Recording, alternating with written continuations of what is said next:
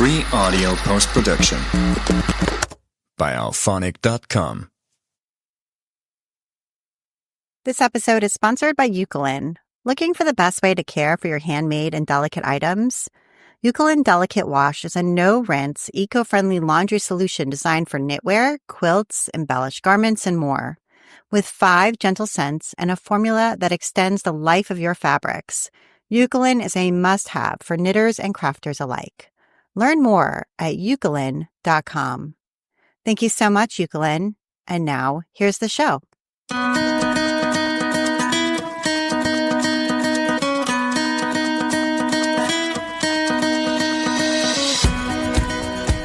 Welcome to episode 286 of the Craft Industry Alliance podcast. I'm Abby Glassenberg. Craft Industry Alliance is a community for craft professionals where you can strengthen your creative business, stay up to date on industry news, and build connections within our supportive trade association. Check it out at craftindustyalliance.org. Today on the show, we're talking about creating a best-selling art and illustration company with my guest, Mary Engelbreit. Over 40 years ago, Mary Engelbreit launched her own company with a strong desire for creative freedom and a line of 12 greeting cards. The head of a highly successful business bearing her name, Mary is one of the country's premier designers and artists. She's known throughout the world for her distinctive illustration style and design sensibility, modestly referred to as eclectic traditional. Mary's signature art, imbued with spirited wit and warmth, appears on thousands of products, including greeting cards, books, design, gift, children's cooking, home, and art books, calendars, stationery, fabric, crafts, kitchen accessories, dinnerware, and other home decor items. Mary Engelbreit, welcome. Thank you so much. I have to tell you, this is like one of my childhood dreams to be able to talk to you. So Really? I'm really excited to have you. No pressure. No pressure at all. So I would love to talk all about your business, but let's start back in the beginning. So am I correct that you were born in St. Louis?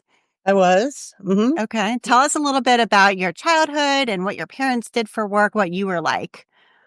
My childhood was like the perfect kind of childhood that everybody wants. I was lucky enough to have it. My father was a salesman and my mother stayed home with us. And, we lived in a neighborhood with a lot of kids and we'd leave in the morning and come back for dinner. And we just played all over the neighborhood, built forts in the creek, just constantly on the go. And then my parents always had art supplies in the house. So I was always making stuff too. It was pretty perfect. I look back on it. Yeah, it sounds like it. Was your mother artistic? Why did you have art supplies around?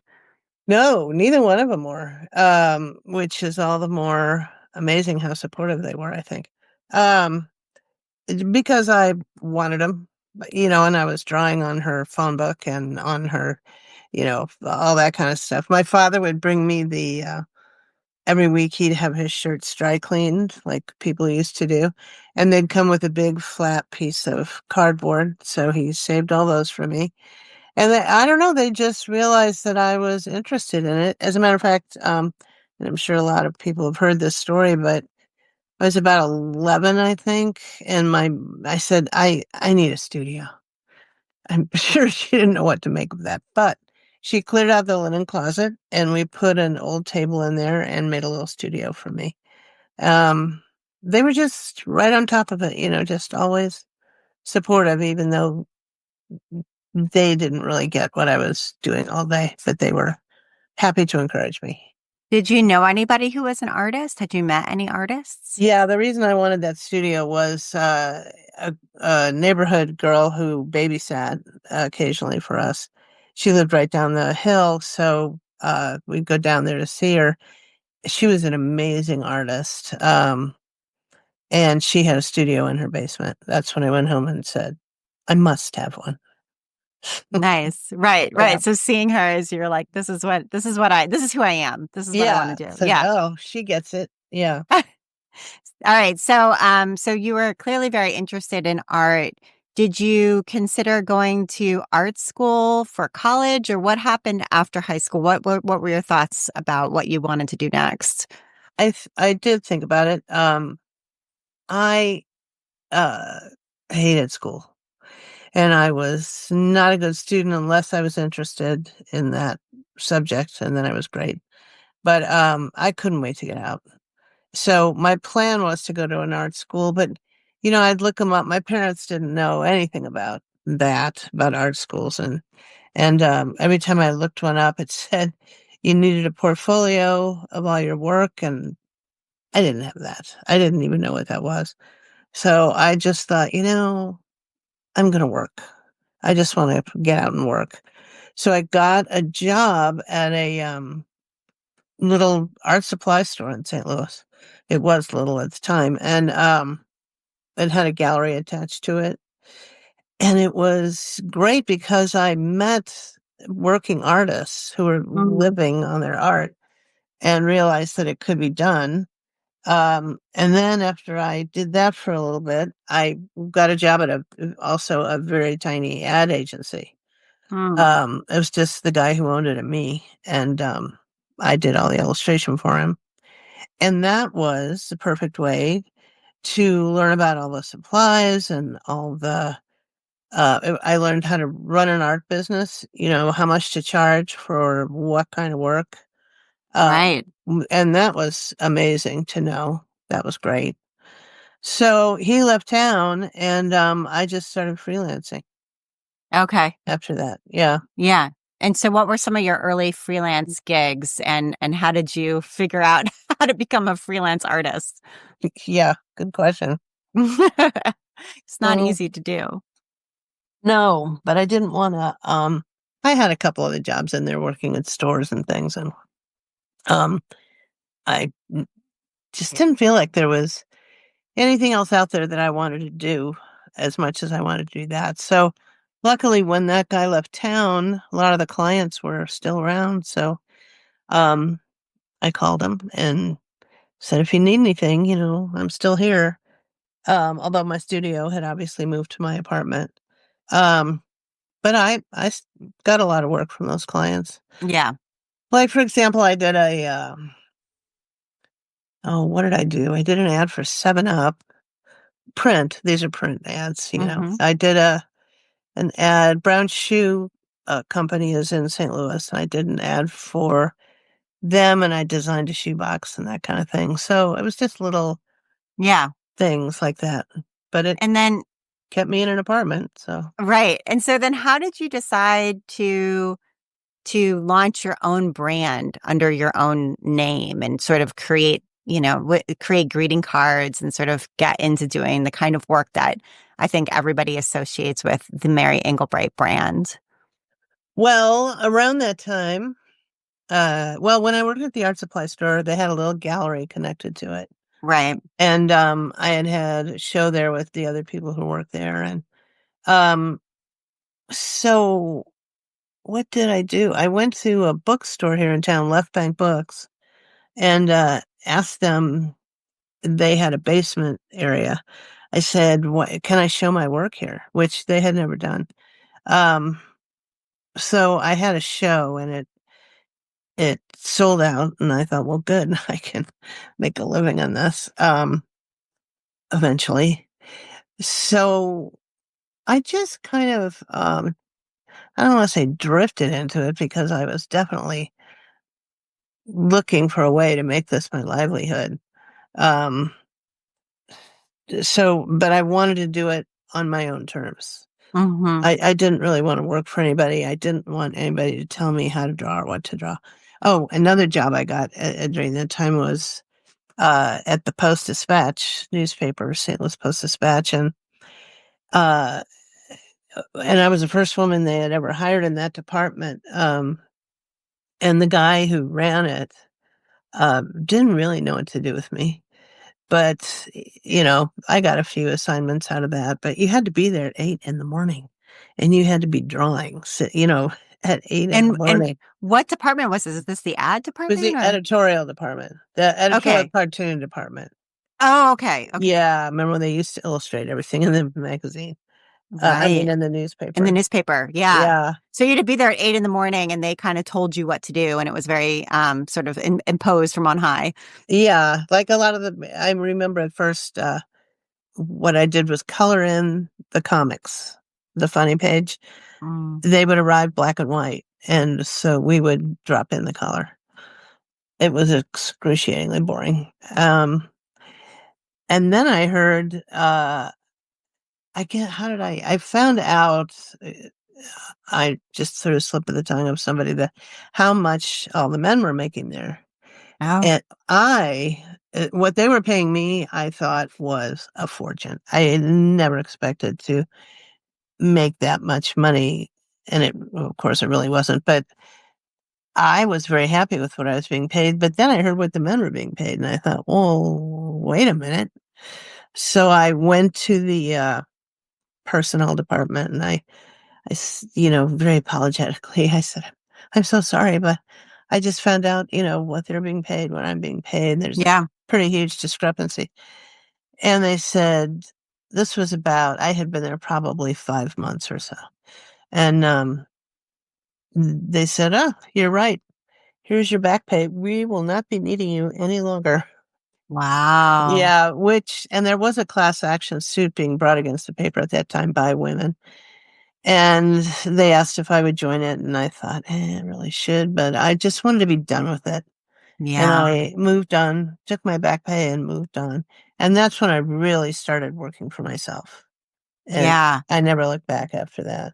Yeah, yeah. It's so interesting how these different experiences sort of shape you and also teach you different things about what you need and what you want going forward. So, Right. yeah. So, what were some of the first designs that you did on your own, like under that Mary Engelbreit brand, and sort of how did that get going? Well,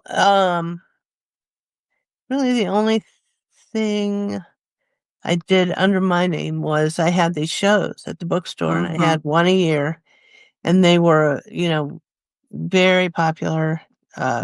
Lines out the door, and I'd sell out all the Wow. time. Yeah, it was, and so I thought, well, I've got something here that people Right. like, because I was just drawing whatever I wanted for those shows, just little individual pieces of art. So I went to New York with my portfolio, which I had finally figured out what that was, and Yeah. went to talk to publishers, and Because you were hoping to publish a children's book I was or? hoping to illustrate children's books, Yeah. not Okay. necessarily not write them, but just that's So you put together like an illustration portfolio with that aim. right, Yeah. right. And I made the rounds of publishers, and some of them were very helpful. Most of them were pretty dismissive. I mean, imagine in New York how many people they got coming through their doors. But um, one of them said, "This is great, but I didn't realize." She said, "We use our own in-house illustrators, but we're really only interested in the story. We have people to illustrate." Oh. But she said, "Why don't you try greeting card companies?" Which is weird that I never thought of that, because I made greeting cards all through high school. I bought some blank wedding invitation cards, and I would draw an individual drawing on each one, and I sold them to the store for 50 cents, and they sold them for $1. Eventually, I got $1, and they sold them for $2. But, so I don't know why I didn't think of greeting cards, but, I took her advice, and I, uh, sent my artwork to smaller companies, and one of them was Sunrise, and so I started to work for them, and I worked for them for many years. Okay. Yeah. And when you say work for them, were you one of their in-house artists or were you No, freelancing? yeah, I was freelancing, Oh, you and were freelancing. Okay. yeah, I didn't work for them, but they put my name on the back of the card, and they marketed them as my cards. And I'm just trying to. I'm sure I have this. I, how did this work? At any rate, we took a few cards to the New York Stationery Show, Uh-huh. and New York Magazine saw them, and we only had like 12, I think, cards in this booth. It was really ridiculous. We didn't know what we were doing. Didn't know you were supposed to decorate the booth and make it look so cool. But we were just sitting there with our card table with our cards on it. And uh, somebody came by. New York Magazine came by and did a little story about it. And it just took off after that. Wow. Yeah, and we also And got a licensing agent at that show, which mm, I didn't know anything. I didn't even know what licensing was. sure. So, looked it up and it agreed to be represented by these people for licensing. So, And were the cards that you were showing, that little line of 12, were they representative of what we would think of your signature style today, or were they something different? yeah, no, I think you'd be able to tell Okay. they were mine. Yeah. Yeah. And I'd love Same. to talk a little bit about that signature style because, I think your artwork, I would say it's one of the most easily recognizable artworks that I can think of. In other words, when I see it, you're like, that's Mary Engelbreit. You just know right away. Uh-huh. And there's not that many illustration artists that are like that out there where, I mean, if you grew up in the 80s, the 90s, I texted my high school best friend last night and I told her we were talking to you and she was like, my whole room was decorated with those, Yeah. so it's just extremely recognizable. And I think that, for many artists starting out or trying to get into licensing, trying to freelance, etc., developing such a signature style is Mm. a goal. And I don't know if that just came naturally to you or if you worked on it and kind of thought about how to be so unique in what, you're creating. I didn't really think about it like that. I just put out the drawings that I liked, and it was very different back then. The greeting cards were mainly, flowers and cute animals. There was nobody putting quotes on cards. There was nobody who would use black backgrounds. They thought that was a deal breaker. So I just happened to hit, I think, at the right time when people were open to, seeing something new. And Mm, yeah, it's very different now. It's totally different. But back mm-hmm, then it was, if you could get, there were all kinds of artists getting licensing deals. Um, Now it's a little different.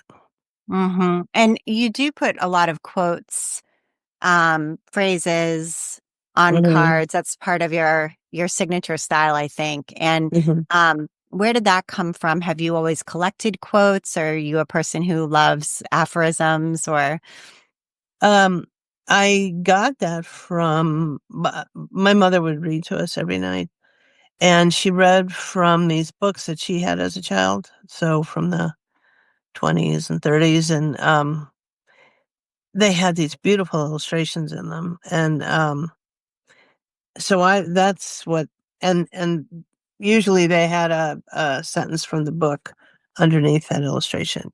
Sometimes it was worked into the drawing, sometimes it was just there. But so that made a big impression on me. mm, And I did collect some quotes. I had them written down. My mother was a big one for um repeating quotes that she heard. So yeah, I always wanted, I liked the way that looked too. That kind of old fashioned with a border and then the yeah. quote inside of it. From when I was little, I liked that. So when I was doing my own cards, I decided to do it the same way. I want to take a minute now to talk about our sponsor, Eucalyptus. And here is a message from Eucalyptus. Every crafter knows that handmade items deserve special care. Whether you're blocking a new sweater, freshening up vintage finds, or keeping your most loved fabric soft and vibrant, Eucalyptus Delicate Wash is the perfect solution. Eucalyptus is a no-rinse, pH-neutral wash designed to clean and condition fibers while making laundry effortless. It's enriched with lanolin to naturally soften and protect your fabrics, perfect for wool, silk, cashmere, and other delicate materials. Plus, with 5 gentle scents like lavender and grapefruit, your pieces will not only last longer, but smell amazing. For shop owners, Euclid is a great addition to your store. It's an easy upsell for fiber lovers and quilters who want to preserve their hard work. Loved by makers and industry professionals for over 35 years, Euclid is a trusted name in fiber care. Stock up for your shop today or find Euclid at a local retailer by visiting euclid.com. That's EUCALAN.com. Thank you so much, Euclid. And now back to my conversation with Mary. And let's talk a little bit about licensing. So you got that at first, licensing agent. And, licensing can be a really fruitful way to make some income as an artist. There's a lot of different things to watch out for as far as who owns your intellectual property, and there's mistakes you can easily make there. Right. So I don't know. It sounds like you were brand new to it, hadn't really investigated it super much before this licensing agent entered your life. So, yeah. So what was licensing like in those early days for you, and how did that go? It went very well. I would say to anybody, and we did, they approached us at the show and basically explained what they wanted to do. They would go look for these manufacturers and because I didn't know how to do that. I didn't want to do that. I didn't want to spend my time doing that kind of thing. Sure. So we went with them after, and I always recommend to people get a good copyright attorney before you, no matter who you're talking to, or before you do this on your own. It's worth every penny. And these were very honest, wonderful people we hooked up with, luckily. Yeah. Because what did I know? Right. They could have been anybody, but they happened to be great. So, but the thing is, it's so different now. It's like a 180-degree turn. When I was doing it, when they were looking for licenses, um, uh, the license was usually a manufacturer, and they'd say, we want to put your drawings on these plates that we make. Nowadays, that does not happen. You have to find a store first. In a lot of cases, not every case, but if you find a big enough store that wants to carry your stuff, then the the agreement is usually between you and the store instead of you and the manufacturer. Right. It just changed. Yeah. Yeah. So back then it was like the halcyon days of licensing. It was great. I mean, Yeah. you could get your stuff on all kinds of, all kinds of products, and it was really good. And it spread by word of mouth, and of course, sales. If sales were good, people would seek you out. What do you think caused that change? 2008, Ah. when the economy crashed, Yeah. and so manufacturers weren't going to make something that they weren't sure, was going to sell. When I started out, the retail situation was totally different. It was all small stores that bought my cards, what they call mom and pop, but they were bigger than that usually, but sometimes not. But I mean, that's who bought my cards. And after 2008, the economy crashed, those stores closed and mainly never came back. So, we weren't catering to that anymore. We were just trying to get a manufacturer that would produce them and place them. I see. Okay, that's interesting to hear. And you had talked about initially going to New York to shop around your portfolio in order to be able to illustrate children's books, and you did eventually illustrate Many, many books. Mm-hmm. So let's talk a little bit about the book publishing side of your business. Mm-hmm. I don't know if you have you want to talk about the first one or a favorite one, because there's been books in many different categories and, yeah, over the years. Um, yes, books were when I finally got a children's book, which I believe was, looking at my books, but I think the first one was Night Before Christmas. Mm-hmm. And it turned out to be huge. That was with HarperCollins and And I think it was a New York Times bestseller for some time. many Yeah, years. for Yeah. years. Yeah. Mm-hmm. Um, and it's still for sale.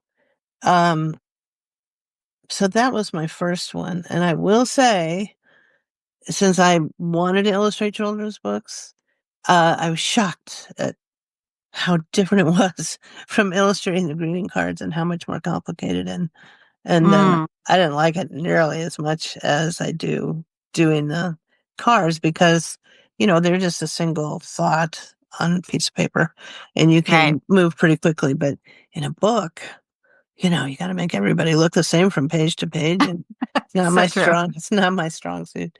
But, so, yeah, it grew from there. And HarperCollins was a great partner too, Mm-hmm. because they were very generous. If I had an idea, they were up for it. And there was the Mother Goose book, I think also did very well. Right? That hit the New York Times list as well. Yeah, yeah. Yeah. Interesting. So, when your dream of still illustrating children's books finally came true, you realized it wasn't actually your absolute favorite thing. It was not my favorite thing to do. Um, Yeah. and we also did a lot of other books using existing illustrations Mm, with Andrews McMeel, um, or Universal Press. Can't remember what they even go by now, but so there were a lot of little gift books and yeah, how-to books, cookbooks, quote books, books for special occasions. But Harper mainly did my children's book I see. Okay. stuff. All right. Mhm. And along the way here, you got married and had children. So talk a little Yeah. bit about the role that your husband has played, in supporting you and cheering you on and helping you to grow this business.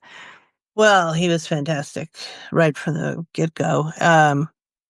I remember when we were dating 110 years ago, there was a show in a park, one of those outside art shows, and I had a booth and I was selling originals and it was, going really well. And he hadn't really seen anything like that, but I said, yeah, I should start a company. And I rattled off all these cute names that I had thought of. He said, oh no, you should call it Mary Engelbreit. Just use your name because then, it'll be really identified with you and they don't have to remember the name of some company. So that was good advice. So I married him and, he and I started our first business together, the outside of freelancing. When we really wanted to start a company, did it with him. And Hmm. yeah, he had been a social worker and he quit to do this. And it was really fun. We had a great time. Yeah. And do you ever regret naming your business after your name? Because I know people who have done that and then, worried about being able to sell the business eventually or just sort of losing control of your first and last name in some way. Mm. Or have you always felt it was the right choice to have an eponymous business? It was definitely the right choice for me. Um, yeah, because, then you're in charge and there's no mistake about who's running the show. And, Right. putting out what I want to put out.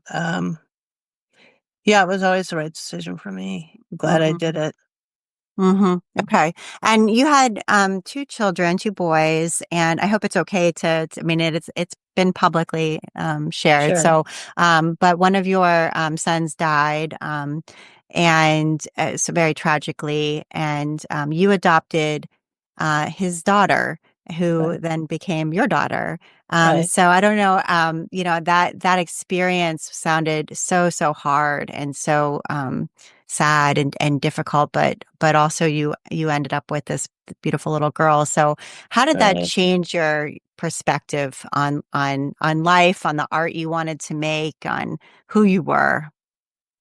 When something like that happens, and if people are listening who've had that happen, they know that it changes everything. I mean, there is absolutely nothing the same. Your friends, your relationship with your husband, your relationship with the other kids. I mean, the way you breathe, it changes absolutely everything. And once you plow your way through it, as best you can, because there really is never any end to it. There's never any closure. But I think, at least for me, I felt like um I, I don't know how to describe it without sounding like kind of a jerk, but eh, you feel like, well, this is how I'm going to do things now, and I'm not. This is just how I'm going to do things now, and it made me very willing to say no, Mm, which I never had been before. I would do everything that came down the pike, and it just kind of makes you reevaluate your life and what's going on and how you want to live your life. And of course, then we had Michaela, who was only 3 months when he died. And so that was just a godsend to be able to yeah, get through it, yeah. to have her, to have your attention taken up by something so important. Right. And Yeah, when you said that it really helped you feel like, or made you feel like, well, this is how I'm going to do things now, meaning that, and the ability to say no to things, um, you've been very politically outspoken in your artwork and the statements that you've made and things like that. I think especially, starting, in 2014, after Michael Brown was killed by police. right. And you created this piece called "No One Teach," and I don't know if that was the first very sort of outspoken, I guess, statement Hmm. that you made, or if there were others prior to it, but it's certainly something that can be divisive. And do you feel like that power came from sort of those deep roots? I do. Michael Brown's death was so unnecessary, and such an over the top reaction to what he did. Um, and I felt so bad for his mother. He was shot right in front of their house and lay on that street all day long. And while the police, in my opinion, got their story straight. But yeah, I think just because I had lost my son, who was the same age, um, it made me want to do something and say something Mhm. about it. I do not recommend this as a business practice. To get political like that is not the smartest business move. And when I did it, and I did it, I posted on Instagram without telling anybody at my company I was going to do it. Oh, Um, it was so important to me to get this out there. And I knew they would say, "Are you insane? Don't do that. We'll lose customers." And we did. We lost a lot of people, but we gained way more than left. Um, so in the end, it didn't really hurt the business. In my opinion, but I don't know. I mean, we might be in a completely different place now if I hadn't done that, because it did alienate some people, obviously, and uh, so things might have been different, but I don't really care. yeah. because it Sure. was true to you. Yeah. And so when you say like you don't recommend it as a business practice, sort of purely objectively, sure. But at the same time, I think you must be able to say you do recommend it as a business practice if it means that you are able to stay authentically yourself inside your business. Yeah, it was important to me to do that. And the cards, the drawings have always been very personal to me. I never did really cards that, like the flowers or the puppies on the cover of the card. I never did that. Um, so I wanted to, this had happened to me. This was important to me. And the way I felt about his death was important to me. So it just didn't matter anymore to me what people thought or what they were going to do about it or how the business was going to suffer. It was just important to me and I wanted it out there. And it wasn't just that one time, occasion. So since that time, you've created a lot of outspoken artwork. We live in a very politically charged environment now, Yeah. more so every day, it seems. And you're still going. I mean, you're still producing and selling artwork that has a very strong statement, political statement. So it wasn't just that one instance of maybe losing customers and gaining new ones or different ones. Hmm. But you've decided to stay true to those feelings and continue to produce artwork that takes a stance. Right. I did. Yeah. I mean, once you jump in like that, you're going to see all kinds of other things that are happening. And, yeah, it just, now it's become almost, I have such a nice group of followers on Instagram and, they all talk to each other through the comments and it's like a little sheltering place to go, I think, during all this, horribleness that's going on now. So I would never not do it because it's created a safe space for people to share their feelings and everything about this disaster that's going on now. And how do you keep that space safe? Because there's always you're a very prominent public figure and Mhm. people will, come in and say horrible things to you, to other commenters. I mean, it's That's a why they lot. invented the block button. Right. Although I have to say, I don't, I do block people. I have no interest in having those kind of people follow me or own my artwork anyway. But I get very few people anymore. It was wild for a while, while they uh at the beginning when all of a sudden people felt somehow free to say whatever awful thing they wanted. But now it just doesn't happen too often. Hmm. So, but I do. I read every comment and I make sure that trolls and mean people aren't on there for very long at all. And then you also in 2016 launched a line of cards. So your last name is Engelbreit. These are Yeah. called Engeldark. Yeah. And first of all, I think that's very clever. But they are like snarky. And Mary Engelbreit cards are very, I mean, sweet. I would say Yeah. cute, Yeah. sweet, positive, uplifting messages. And I wondered what it was that you felt like you needed to sort of create a new line that was going to go the other direction. Yeah. Well, I had been doing a lot of those drawings just for fun. People at work knew about them and we had been doing them. I had been doing them for a long time. Um, just for fun. But then when a lot of this when things just kept getting worse, I guess what had happened is I posted a couple of them on Instagram. Uh-huh. And it got such a great response, a big, big response. And we thought, well, I said, I've been doing this for so long. I don't, it's fine with me if it doesn't go over, but why don't we just try it? We'll see what they say. And then I try to keep them funny. Um, and they just took off like wildfire.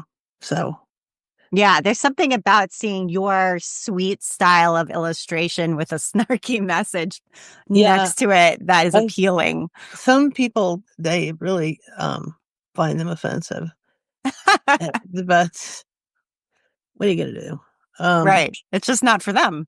It's not for them, which is what I point out. If you don't like them, that's fine. Don't buy them. Don't Don't, buy them. It's not for don't. you. Yeah, it's okay. You still have the other ones. You can buy those. Right. But Right. Okay. So, when you're thinking about if you met somebody who is back in the, earlier or very early stage of their career, mhm. wants to get into building a business that would be something like this business, what kind of advice would you give to them as they're starting out?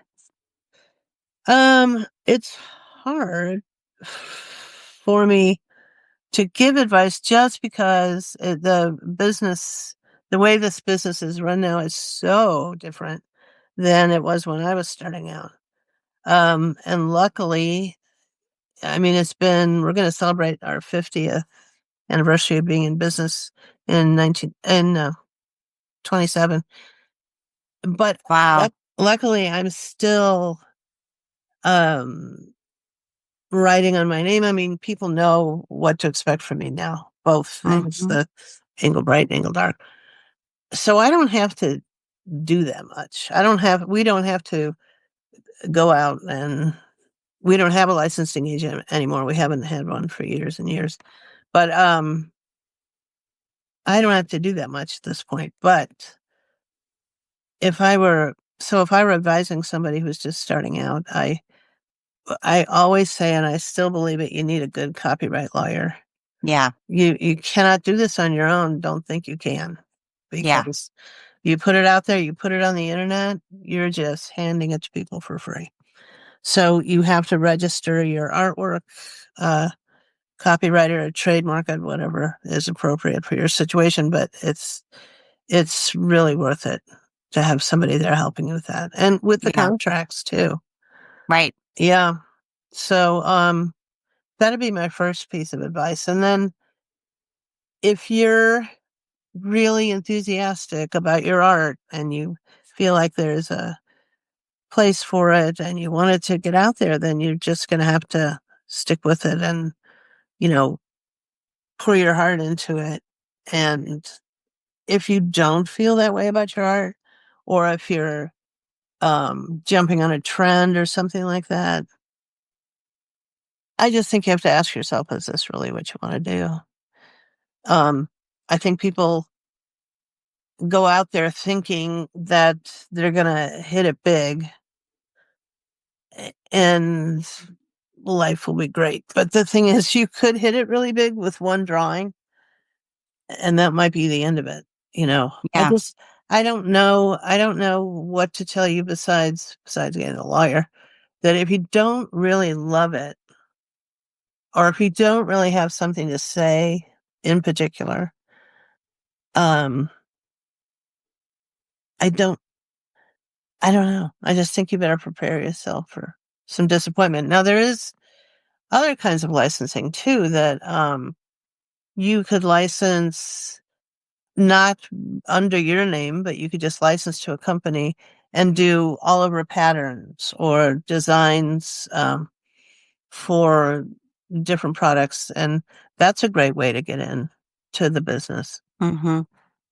So, And can you describe your team now? Uh, how big is your team at your company now, and what are some of the things that they take care of? um, it's not very big. It's, let's see, 1, 2, 3, 4, 5. I think it's 7 or 8. I have a tiny little, and this is very different from what I used to do. It's a million people and big art staff. That's, but not anymore. So I've got 2 people who help me with the art, and who can do all the computer stuff with art that I don't know how to do, but the companies need it now to reproduce it, and that's just what they do. That's another whole thing for an artist who can do those programs, do their art digitally. That's that's a whole other great licensing opportunity that I don't really understand because I can barely get email. So these people will take my drawings and put them into repeat so we can use them for fabric or change the colors if they want them, so it's great.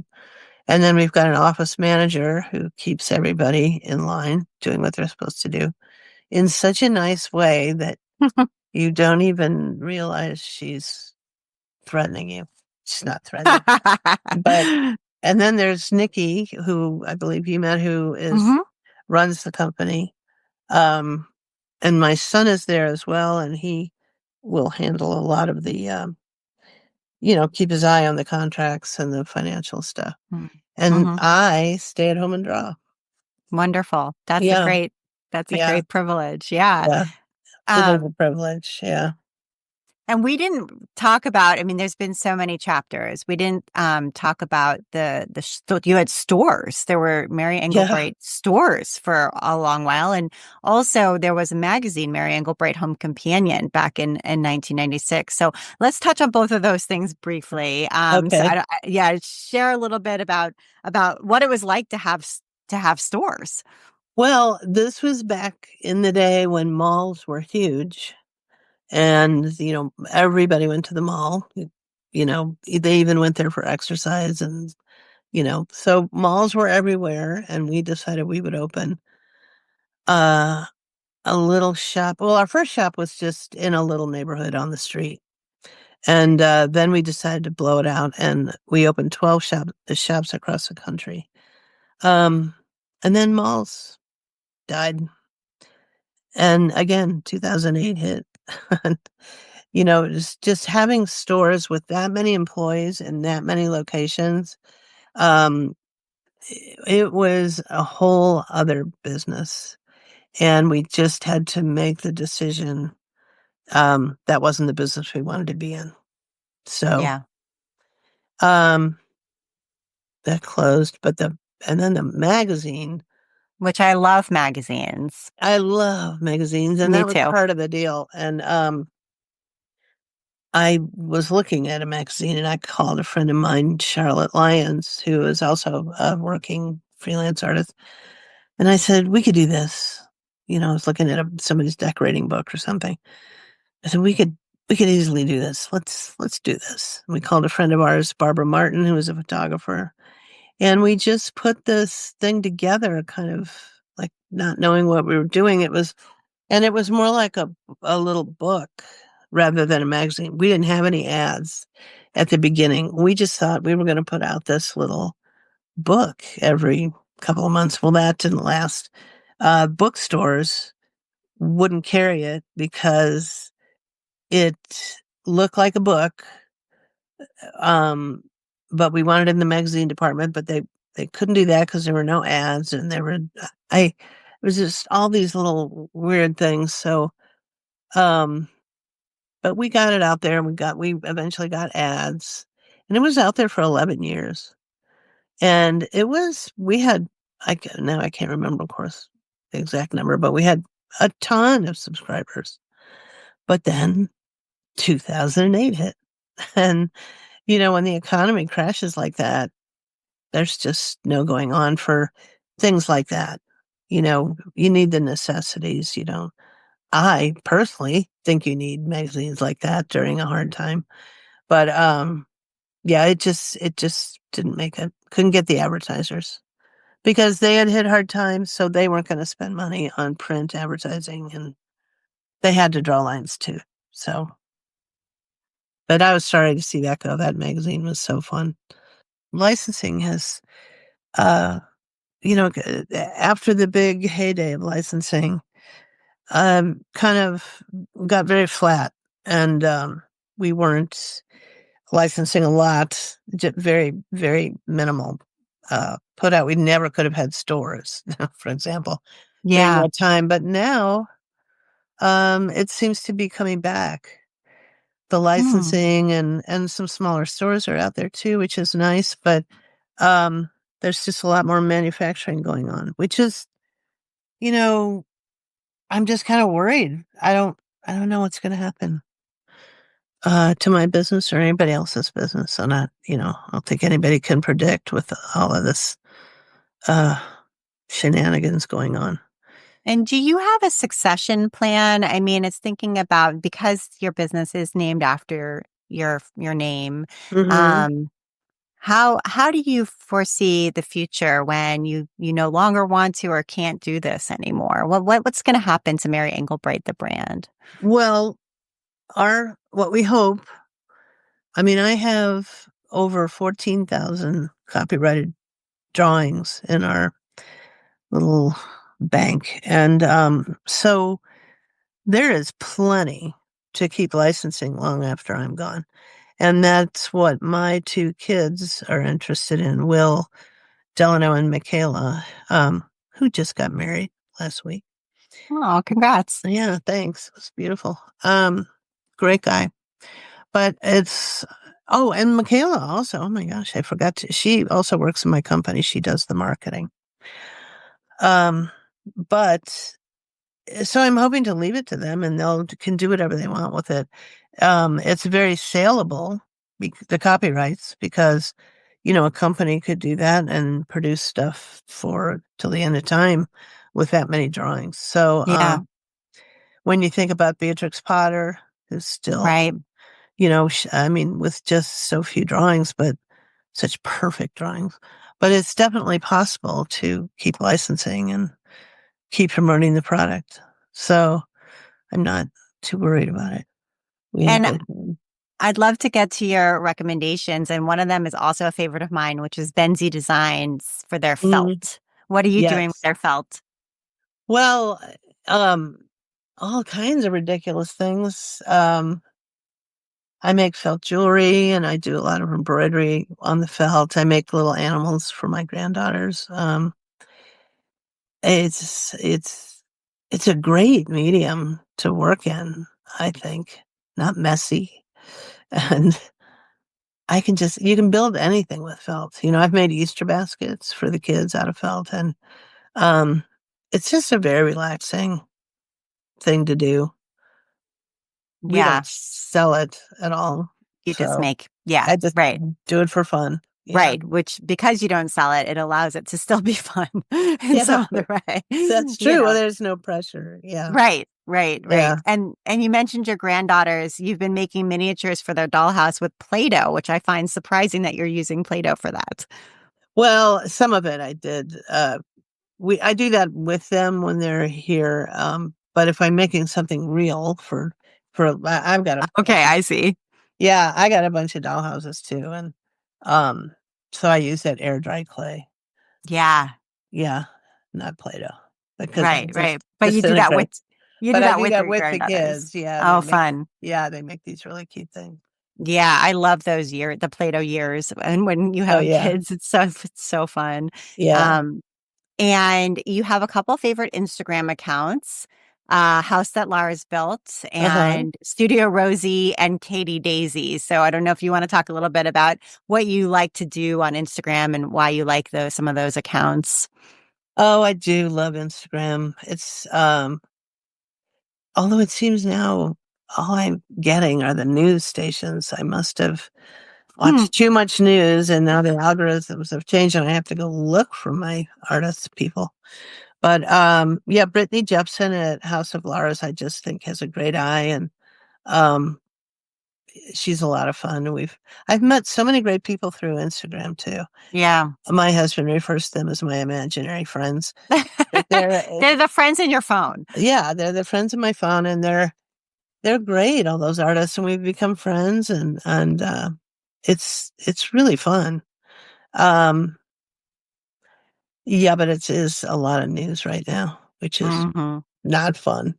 Yeah, it's a little hard to Yeah, escape. yeah, But your career has really spanned the like pre-digital age, and yeah, you've kind of come all the way through to where we are now, which is an interesting 50 years.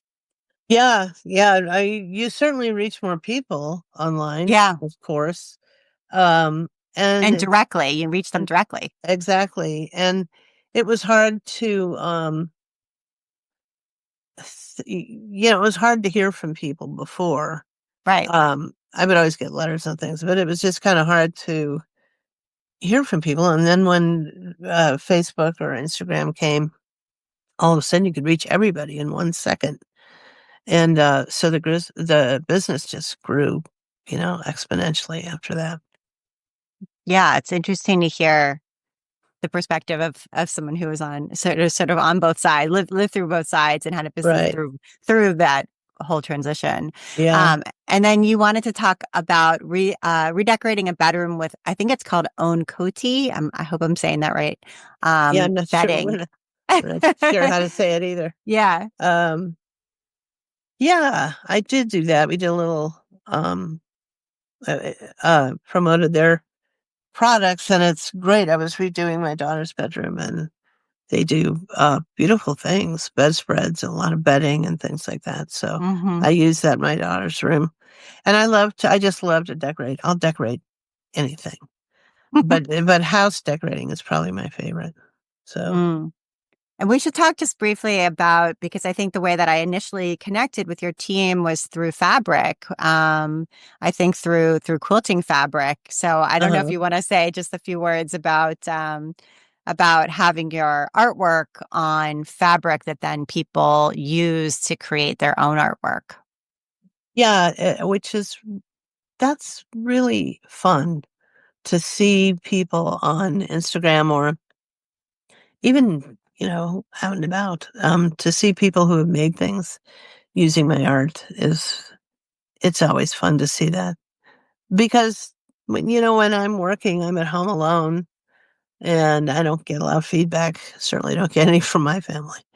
But, so it's really fun and it always surprises me to see people either wearing the t-shirts or a hat or, their kids in some of our clothes or people will, um, tell me, how much a certain drawing has meant to them. And Yeah. it's very gratifying. My daughter, when she was in college, she brought a friend home and, they were she was showing her the house and then she showed her my studio. So she's walking around and she said, "Hey, wait a minute."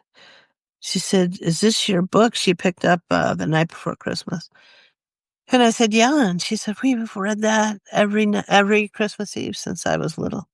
My gosh. Yeah. So it's really it's very gratifying, to realize that the art does go a little farther than this art table in my house.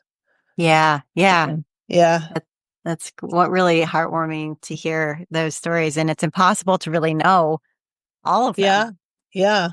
Yeah, that's interesting. Very Yeah. interesting. So, no, well, Mary, this has been fantastic. And I just wanted to say thank you so much for taking the Oh, time to yeah. be on our podcast. Sure. Thank you so much for having me. I appreciate it. And you've been listening to the Craft Industry Alliance podcast. I'm Abby Glassenberg. Today's episode was brought to you by Eucalyptus. Looking for the best way to care for your handmade and delicate items?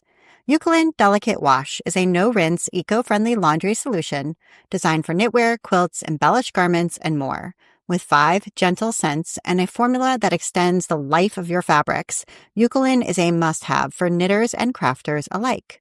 Learn more at eucalyptus.com. That's EUCALAN.com.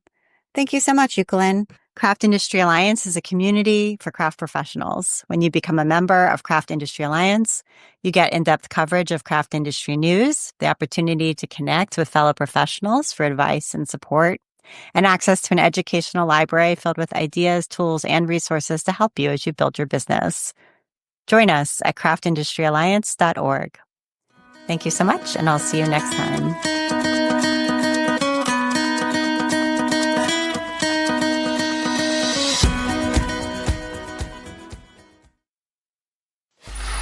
Free audio post-production by alphonic.com.